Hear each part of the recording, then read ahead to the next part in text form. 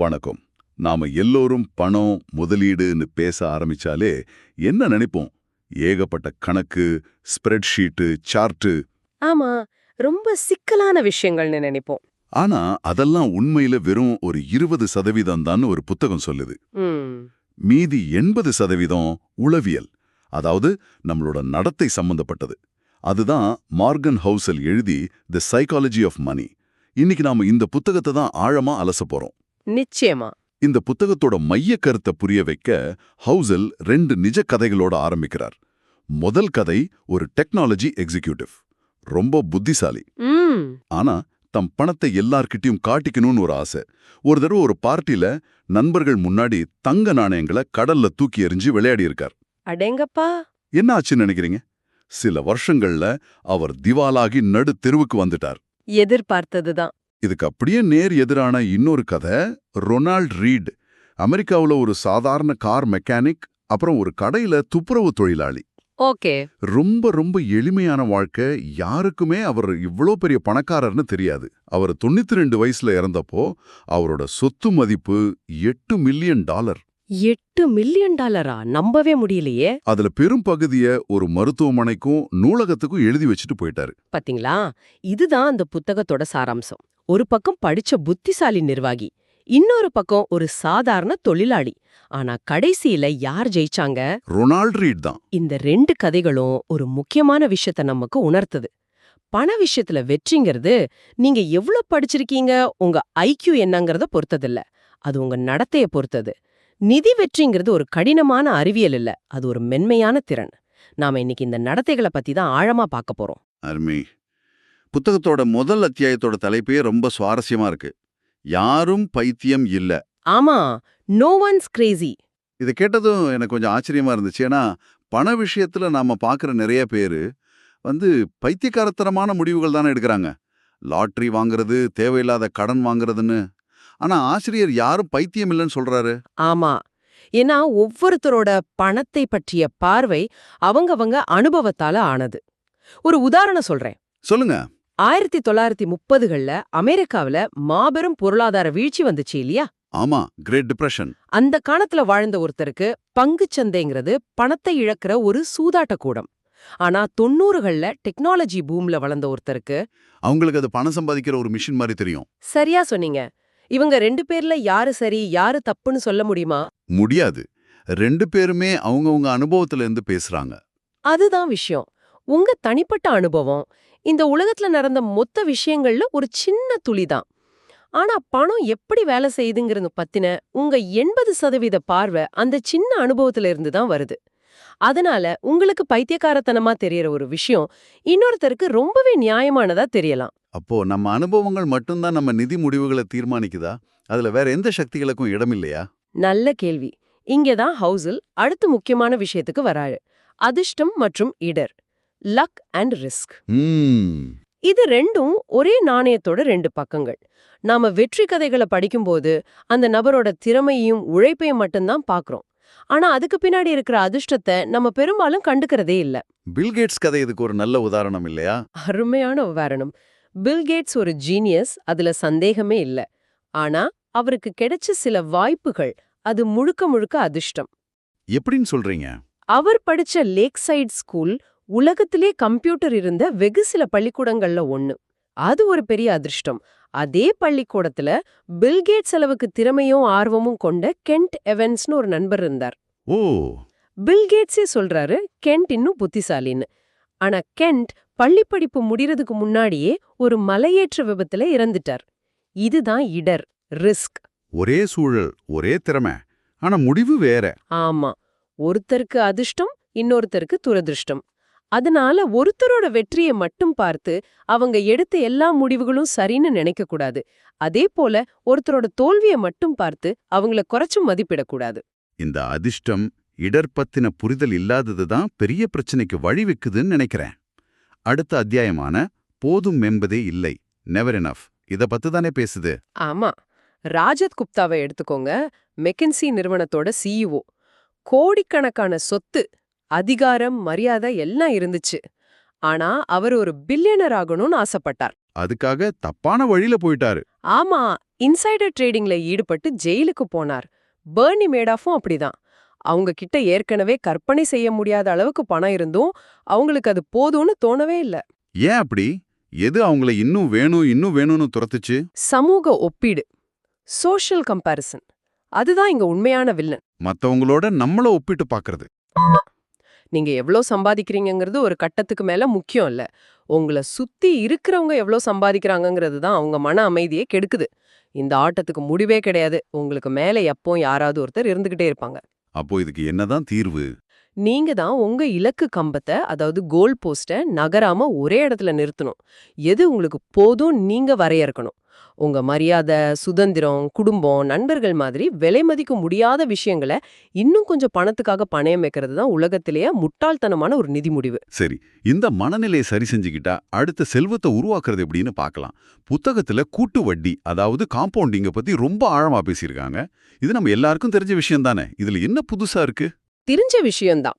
ஆனா அதோட உண்மையான சக்திய நாம முழுசா புரிஞ்சுக்கிறது இல்ல. நம்ம மூளை நேர்கோட்ல தான் சிந்திக்கும். 10 + 10 + 10 30ன்னு சுலபமா புரிஞ்சுக்கும். ஆமா. ஆனா 10 × 10 × 10 1000ங்கிற அதிவேக வளர்ச்சிய நம்மால இயல்பா கற்பனை பண்ண முடியாது. அதனால தான் கூட்டு வட்டியோட மகிமைய நாம குறைச்சு மதிப்பிடுறோம். வாரன் பஃபெட் உதாரணம் இது நல்லா விளக்குது. அவருடைய $84 பில்லியன் சொத்துல $81 பில்லியன் அவரோட 65வது பிறந்தநாளுக்கு பிறகு வந்ததுன்னு படிக்கும்போது ஆச்சரியமா இருக்கு. பாத்தீங்களா? பஃபெட்டோட வெற்றிக்கு ரகசியம் அவர் ஒரு சிறந்த முதலீட்டாளருங்கிறது மட்டும் இல்ல. அவர் மிக மிக நீண்ட காலமா முதலீடு செஞ்சுக்கிட்டு இருக்காரு. எப்போ இருந்து? அவர் தன்னோட 10 வயசுல முதலீடு செய்ய ஆரம்பிச்சார். அவர் ஒரு சாதாரண முதலீட்டாளரா இருந்து 30 வயசுல ஆரம்பிச்சு 60 வயசுல ஓய்வு பெற்றிருந்தா இன்னைக்கு அவர் பேரே யாருக்குமே தெரிஞ்சிருக்காது. இங்க திறமைய விட காலம்தான் பெரிய மந்திரத்தை செஞ்சிருக்கு. அப்போ நல்ல முதலீட்ட பல வருஷம் தொந்தரவு செய்யாம விடணும். சரியா சொன்னீங்க. அதுதான் அபாரமான வருமானம் தரும். ஆனா இத்தனை வருஷம் சந்தையில இருக்கணுமே. சந்தை ஏறும் இறங்கும், பல பொருளாதார வீழ்ச்சிகள் வரும். அது எல்லாம் தாண்டி எப்படி களத்துல நிக்கிறது? இதுதான் அடுத்த கேள்விக்கு வருது. பணக்காரராவது வேறு, பணக்காரராக நீடிப்பது வேறு. ஆமா, getting wealthy versus staying wealthy, இது ரெண்டும் வேற வேற திறமைகள்னு ஆசிரியர் சொல்றார். அது எப்படி? நிச்சயமா. பணக்காரராக நீங்க கொஞ்சம் ரிஸ்க் எடுக்கணும், நம்பிக்கையோட இருக்கணும். ஆனா பணக்காரரா நீடிக்க இதுக்கு நேர் எதிரான குணங்கள் தேவை. நீங்க அடக்கமா இருக்கணும், சிக்கனமா இருக்கணும், உங்க வெற்றிக்கு அதிர்ஷ்டமும் ஒரு காரணம்னு ஏத்துக்கணும். ஒரே வார்த்தையில சொன்னா என்னது? தப்பிப் பிழைத்தல், சர்வைவல். தப்பிப் பிழைத்தலா? அது எப்படி ஒரு முதலீட்டு திறமையா இருக்க முடியும்? அதுதான் முக்கியமான திறமை. வாரன் பஃபெட் கிட்டத்தட்ட 14 பொருளாதார வீழ்ச்சிகளை சந்திச்சிருக்காரு. ஆனா அவர் ஒருபோதும் திவாலாகல. அவர் தன்னோட மொத்த பணத்தையும் இழந்து ஆட்டத்தை விட்டு வெளியே போகல. அவர் தப்பிப் பிழைச்சார். ஆமா, அவர் தப்பிப் பிழைச்சதால தான் கூட்டு வட்டிக்கு தன்னோட வேலையை செய்ய நேரம் கிடைச்சது. பணம் சம்பாதிக்கிறது முக்கியம், ஆனா அதைவிட முக்கியம் சம்பாதிச்ச பணத்தை இழக்காம இருக்கிறது. அப்போ தப்பிப் பிழைச்சு கூட்டு வட்டிய வேலை செய்ய வைக்கிறதுக்கு ஒரு நடைமுறை வழி என்ன? ரொம்ப எளிமையான வழி. பணத்தை சேமிக்கிறது, சேவ் மணி. இங்க நிறைய பேர் ஒரு தப்பு பண்றாங்க. அவங்க வருமானத்தை அதிகப்படுத்துறதுலயோ இல்ல முதலீட்டு வருமானத்தை அதிகப்படுத்துறதுலயோ தான் கவனம் செலுத்துறாங்க. ஆனா அது நம்ம கட்டுப்பாட்டுல இல்ல. சரியா சொன்னீங்க. ஆனா உங்க கட்டுப்பாட்டுல முழுசா இருக்கிற ஒரே விஷயம் உங்க சேமிப்பு விகிதம் தான். சேமிப்புங்கிறது உங்க ஈகோவுக்கும் உங்க வருமானத்துக்கும் உள்ள இடைவெளி. ஈகோவுக்கும் வருமானத்துக்கும் உள்ள இடைவெளியா? அது ரொம்ப சுவாரஸ்யமான வரையறை. ஆமா, நீங்க உங்க வருமானம் கூடும்போது உங்க வாழ்க்கை முறையையும் அதே வேகத்துல உயர்த்தாம இருந்தா அந்த இடைவெளி தான் உங்க சேமிப்பு. நீங்க ஒரு வீடு வாங்கவோ கார் வாங்கவோன்னு ஒரு குறிப்பிட்ட இலக்குக்காக மட்டும் சேமிக்க வேண்டியதில்ல. அப்போ எதுக்காக சேமிக்கணும்? சேமிப்புக்காகவே சேமிங்க. ஏன்னா நாம வாழ்ற உலகம் நிச்சயமற்றது. நாளைக்கு என்ன நடக்கும்னு யாருக்கும் தெரியாது. அப்படி ஒரு சூழல்ல உங்க கையில இருக்கிற சேமிப்பு தான் உங்களுக்கு விருப்பங்களையும் நெகிழ்வுத்தன்மையையும் மிக முக்கியமா உங்க நேரத்தின் மீதான கட்டுப்பாட்டையும் கொடுக்கும். சரி, இப்போ ஒரு முக்கியமான கேள்விக்கு வருவோம். பணத்தோட உண்மையான மதிப்பு என்ன? எதுக்காக நாம இவ்ளோ கஷ்டப்படுறோம்? புத்தகம் சொல்லுது சுதந்திரம், ஃப்ரீடம். இது கொஞ்சம் விளக்க முடியுமா? மிச்சிகன் பல்கலைக்கழகத்துல அங்கிஸ் கேம்பல்னு ஒரு உளவியலாளர். ஓகே. அவர் ஒரு ஆய்வு செஞ்சார். மக்கள் உண்மையில எதுல மகிழ்ச்சியா இருக்காங்கன்னு. அவரோட முடிவு ரொம்ப ஆச்சரியமானது. ஒருத்தரோட மகிழ்ச்சி அவங்க சம்பளம், அவங்க வீடு இதையெல்லாம் பொறுத்து இல்ல. அப்போ எதை பொறுத்து இருக்கு? அவங்க வாழ்க்கையே அவங்களே கட்டுப்படுத்துறோன்னு அந்த வலுவான உணர்வு தான் அவங்களுக்கு அதிக மகிழ்ச்சியை கொடுக்குதாம். அப்ப காலையில எந்திரிச்சு இன்னைக்கு நான் எனக்கு பிடிச்சத எனக்கு பிடிச்ச நேரத்துல எனக்கு பிடிச்சவங்களோட செய்ய போறேன் அப்படின்னு சொல்ற சுதந்திரம் தானே பணத்தோட உச்சபட்ச பயன். சரியா சொன்னீங்க. அதுதான் பணம் வழங்கக்கூடிய ஏற்ற மிக உயர்ந்த ஈவுத்தொகை, டிவிடெண்ட். ஒரு பெரிய வீட்டை விட விரும்பாத வேலையை விட்டுட்டு 6 மாசம் குடும்பத்தோட இருக்க முடியுங்கிற அந்த சேமிப்பு உங்களுக்கு அதிக மகிழ்ச்சியை தரும். இதுதான் உண்மையான செல்வம். ஆனா நிறைய பேர் பணத்தை இந்த சுதந்திரத்துக்காக பயன்படுத்தாம மத்தவங்களை கவர ஆடம்பர பொருட்களை வாங்குறதுல தானே செலவு பண்றாங்க. ஆமா, இது ஒரு பெரிய முரண்பாடு. இதத்தான் ஆசிரியர் காரில் இருக்கும் மனிதனின் முரண்பாடுன்னு சொல்றாரு. Man in the car paradox. அது என்ன முரண்பாடு? நீங்க ரோட்ல ஒரு ஃபெராரி காரை பாக்குறீங்கன்னு வச்சுக்கோங்க. நீங்க அந்த காரை ஓட்டுறவரை பார்த்து ஆஹா என்ன ஒரு அருமையான மனிதர்னு நினைக்கிறீங்களா? இல்ல. இல்ல இந்த மாதிரி ஒரு கார் என்கிட்ட இருந்தா எவ்வளோ நல்லா இருக்கும்னு என்ன நானே அந்த இடத்துல கற்பனை பண்ணி பார்ப்பேன். அந்த ஓட்டுநர் நான் கவனிக்கவே மாட்டேன். இதுதான் அந்த முரண்பாடு. நீங்க ஒரு விலையுயர்ந்த பொருளை வாங்கும்போது மத்தவங்க உங்களை மதிப்பாங்க, பாராட்டுவாங்கன்னு நினைக்கிறீங்க. ஆனா உண்மை என்னன்னா அவங்க உங்களை கவனிக்கிறதில்ல. அவங்க அந்த பொருளை வச்சு தங்களோட ஆசையை தான் கற்பனை செஞ்சு பார்க்கறாங்க. அப்போ மத்தவங்களோட மரியாதையை சம்பாதிக்க ஆடம்பர பொருட்கள் தேவையில்லை. தேவையே இல்ல. அடக்கம், கருணை, இரக்கம் போன்ற குணங்களே போதும். அப்போ செல்வம் என்பது நீங்கள் பார்க்காதது அப்படின்னு ஆசிரியர் சொல்றது இதோட தொடர்ச்சி தானா? ஆமா, இதுதான் இந்த புத்தகத்தோட மிக முக்கியமான கருத்துகள்ல ஒண்ணு. பணக்காரரா இருக்கிறது வேற, செல்வந்தரா இருக்கிறது வேற. Rich versus wealthy. ஆமா, பணக்காரரா இருக்கிறதுங்கிறது உங்க தற்போதைய வருமானத்தை குறிக்குது. நீங்க மாசம் ஒரு பெரிய தொகையை சம்பாதிச்சு அதை அப்படியே ஒரு பெரிய வீட்டுக்கும் காருக்கும் செலவு பண்ணா நீங்க பணக்காரர். ஆனா நீங்க செல்வந்தர் இல்ல. ஓஹோ.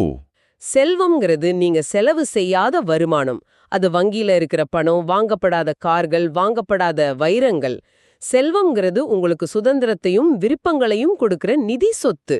நிறைய பேர் நான் மில்லியனர் ஆகணும்னு சொல்லும்போது அவங்க உண்மையில என்ன நினைக்கிறாங்கன்னா, என்ன நினைக்கிறாங்க? நான் $1 மில்லியன் செலவு பண்ணணும்னு. இது மில்லியனரா இருக்கிறதுக்கு நேர் எதிரானது. உண்மையான செல்வம் கண்ணுக்கு தெரியாது. ரொம்ப ஆழமான கருத்து. சரி, இப்போ நம்ம நிதி வாழ்க்கையை திட்டமிடுறதுக்கு வருவோம். இந்த உலகம் ரொம்ப நிச்சயமற்றது, எதிர்காலத்தை கணிக்க முடியாது. இந்த மாதிரி ஒரு சூழல்ல எப்படி ஒரு நிதி திட்டத்தை உருவாக்குறது? இதுக்கு ஹவுசில் சொல்ற பதில், தவறுக்கான இடத்தை உங்க திட்டத்துல சேருங்க. Room for error. Room for error. ஆமா, ஒரு பாலத்தை கட்டும்போது இன்ஜினியர்கள் அந்த பாலம் தாங்கக்கூடிய அதிகபட்ச எடையை விட 3-4 மடங்கு வலிமையா கட்டுவாங்க. இதுக்கு பேரு பாதுகாப்பு விளிம்பு, மார்ஜின் ஆஃப் சேஃப்டி. ஏன்னா எதிர்பாராத விஷயங்கள் நடக்கலாம், கணக்குகள் தவறாகலாம். அதே மாதிரி தான் உங்க நிதி திட்டமும். அப்போ நாம போடுற திட்டம் போட்டபடி போகாதுன்னு நாம முன்கூட்டியே திட்டமிடணும். இதுதான் அதோட அர்த்தமா? சரியா சொன்னீங்க. உங்க முதலீடுகள் நீங்க எதிர்பார்த்த வருமானத்தை கொடுக்காம போகலாம். உங்களுக்கு எதிர்பாராத செலவுகள் வரலாம். அதனால உங்க இலக்குகளை அடைய 100% துல்லியமான ஒரு திட்டத்தை நம்பி இருக்காதீங்க. ஒரு பாதுகாப்பு வளையத்தை உருவாக்குங்க. ஆட்டத்துல நீடிக்கிறத பத்தி பேசும்போது எதுவும் இலவசம் இல்லை அப்படின்னு ஒரு அத்தியாயம் வருது. எல்லாத்துக்கும் ஒரு விலை உண்டு நமக்கு தெரியும். முதலீட்டுல என்ன விலை இருக்கு? வெற்றிகரமான முதலீட்டுக்கான விலை டாலர்கள்லயோ ரூபாயிலயோ இல்ல. அதோட விலை நிலையற்ற தன்மை, பயம், சந்தேகம், நிச்சயமற்ற தன்மை மற்றும் வருத்தம். ஓ, இதெல்லாம் தான் விலையா? ஆமா, இந்த விலையை நீங்க ஏத்துக்க தயாரா இருக்கணும். சந்தை 20% சரியும் போது நீங்க பயந்து எல்லாத்தையும் வித்துட்டு வெளியே ஓடிட்டா நீங்க அந்த விலையை கொடுக்க விரும்பலன்னு அர்த்தம். ஆனா அந்த ஏற்ற இறக்கங்கள், அந்த பயம், அந்த சந்தேகம் தான் நீண்ட காலத்துல கிடைக்க போற நல்ல வருமானத்துக்கான நுழைவு கட்டணம். அட்மிஷன் ஃபீ. அபராதம் இல்ல, நுழைவு கட்டணம். ஆமா, அது ஒரு அபராதமா பார்க்காதீங்க, ஒரு கட்டணமா பாருங்க. அந்த மனநிலை வந்துட்டா சந்தை இறங்கும் போது நீங்க பயப்பட மாட்டீங்க. அருமையான விளக்கம். கடைசியா நீங்களும் நானும் அத்தியாயத்துல நிதி ஆலோசனைகள் பத்தின ஒரு முக்கியமான எச்சரிக்கை இருக்கு. அத பத்தி சொல்லுங்க. நாம முதலீடு செய்யும் போது மத்தவங்க என்ன பண்றாங்கன்னு பார்த்து அதையே செய்ய முயற்சிப்போம். ஆனா இது ரொம்ப ஆபத்தானது. ஏன்னா நீங்களும் அவங்களும் வேற வேற ஆட்டத்தை விளையாடிட்டு இருக்கலாம். உதாரணத்துக்கு, ஒரு நாள் வர்த்தகர், டே ட்ரேடர் ஒரு பங்க வாங்குறாருன்னா அது அடுத்த சில மணி நேரத்துல ஏறும்னு அவர் நினைக்கலாம். ஆனா நீங்க ஒரு நீண்ட கால ஓய்வூதிய முதலீட்டாளர். உங்க இலக்கு 30 வருஷம் கழிச்சு வர்றது. அவர் வாங்குறாரு, நானும் வாங்கக்கூடாது? வாங்கினா அது முட்டாள்தனம். ஏன்னா உங்களோட காலக்கெடு வேற, உங்களோட இலக்குகள் வேற. அப்போ மத்தவங்களோட ஆலோசனை கேட்கறதுக்கு முன்னாடி அவங்க என்ன ஆட்டம் விளையாடுறாங்க, நாம என்ன ஆட்டம் விளையாடுறோம்னு தெளிவா புரிஞ்சுக்கணும். நிச்சயமா. உங்க சொந்த நிதி இலக்குகள் என்ன, உங்க காலக்கெடு என்ன, இடர்களை ஏத்துக்கும் திறன் உங்களுக்கு எவ்ளோ இருக்குன்னு புரிஞ்சுக்கிட்டு உங்க ஆட்டத்தை நீங்க தான் வரையறுக்கணும். உங்க நண்பர் ஒரு பங்கை விக்கிறார்னா அது உங்களுக்கு ஒரு பொருட்டே இல்லாம இருக்கலாம். ஏன்னா அவர் தன்னோட குழந்தையோட படிப்பு செலவுக்காக விக்கலாம். ஆனா உங்க இலக்கு வேற. அப்போ மத்தவங்கள காப்பி அடிக்க கூடாது. யோசனைகளை எடுத்துக்கலாமே தவிர அப்படியே காப்பி அடிக்க கூடாது. ரொம்ப அருமை. சுருக்கமா சொன்னோம்னா தி சைக்காலஜி ஆஃப் மணி புத்தகம் நமக்கு என்ன சொல்லுதுன்னா, பணத்தை நிர்வகிக்கிறது எக்ஸல் ஷீட்ல கணக்கு போடுறது இல்ல, அது நம்ம மண்டைக்குள்ள நடக்கிற ஒரு உளவியல் போராட்டம். ஆமா. உங்க சொந்த நடத்தையை புரிஞ்சுக்கிறது, எது உங்களுக்கு போதும்னு ஒரு எல்லையை வரையறுக்கிறது, சமூக ஒப்பீட்டுல இருந்து தப்பிக்கிறது, மிக முக்கியமா உங்க நேரத்தின் மீதான கட்டுப்பாட்டை பணத்தோட உண்மையான மதிப்பா பார்க்கறது. இதுதான் உண்மையான செல்வத்துக்கான ரகசியம். இந்த புத்தகத்துல உள்ள பாடங்கள் எல்லாத்தையும் நீங்க கத்துக்கிட்ட பிறகு உங்க முன்னாடி ஒரே ஒரு இறுதி சவால் தான் நிக்கும். என்ன அது? அத பத்தி நீங்க ஆழமா சிந்திக்கணும். நீங்க பகுத்தறிவுள்ளவரா, நீண்ட கால சிந்தனை கொண்டவரா இருக்கலாம். ஆனா உங்களை சுத்தியுள்ள உலகம் முழுக்க முழுக்க வேற விதிகள்ல இயங்கிக்கிட்டு இருக்கும். குறுகிய கால லாபத்தை கொண்டாடிக்கிட்டு இருக்கும். அந்த சூழல்ல உங்களோட சொந்த நிதி விதிகளை பின்பற்றி எந்த மின்னுன சலனத்துக்கும் ஆட்படாம அமைதியா இருக்கிறது எப்படி? சமூக ஒப்பீடுங்கிற அந்த உண்மையான இறுதி எதிரிய நீங்க எப்படி தனியா நின்னு ஜெயிப்பீங்க? இதுதான் உங்க உண்மையான மனப்போராட்டம். இதுக்கு விட கண்டுபிடிச்சிட்டா நீங்க நிதி வாழ்க்கையில ஜெயிச்சிட்டீங்கன்னு அர்த்தம்.